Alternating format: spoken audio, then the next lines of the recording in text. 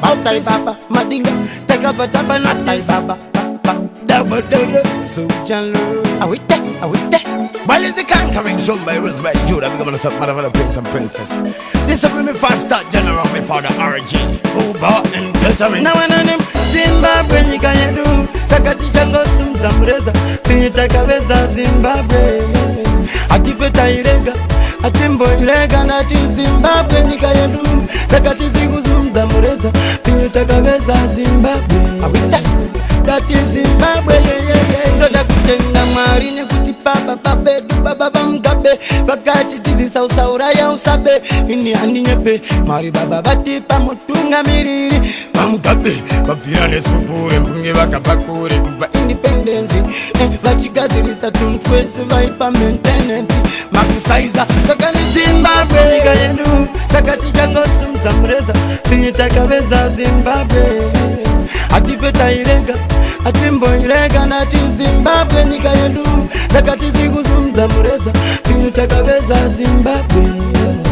That is Zimbabwe, Mira 1980, Papa Bangu Sote, Samaivati Vaita, Double Dodo, Baita Wani, Baita Vera, Natimagu Jetera, Double Dodem, Yakau Yango Vayantara, Namdara, Tangati Jingo Faram, Fungiva Katicingate, Tabachingo, Nakutivana Majgi, Papeki, Makuda Kutauri, Sandikati, Yakauya Sola, Equiblipse, Masua Achomuno, Siva Sinusai, Sairima, Asitaira Ramada, Timungo, Navani, Yangiva Chitaura, Nevarungu Vanombera.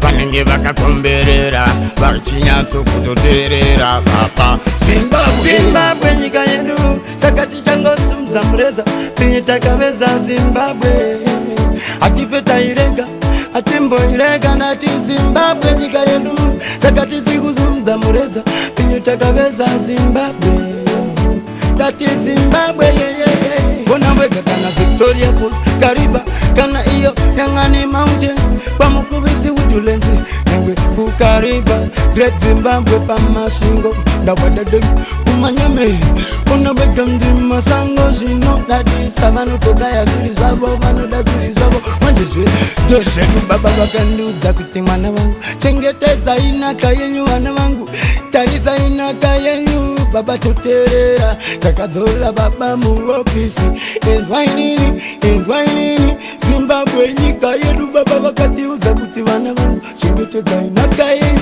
Sichanyaka sakapana achatitorera Funge kuzvino tichatoitonzera kuna baba atipeta kada kunzwa zvimwe That is Zimbabwe nyika inodadisa yakanakisa nevarungu vanoidisa Zimbabwe Harare Bulawayo Mutare Chekutu Bendura na wana Mgweru Diola them there in the Midlands province of Dano. Them got to know you got to know say respect the nation. Zimbabwe will never be a colony again. I want to thank you for listening.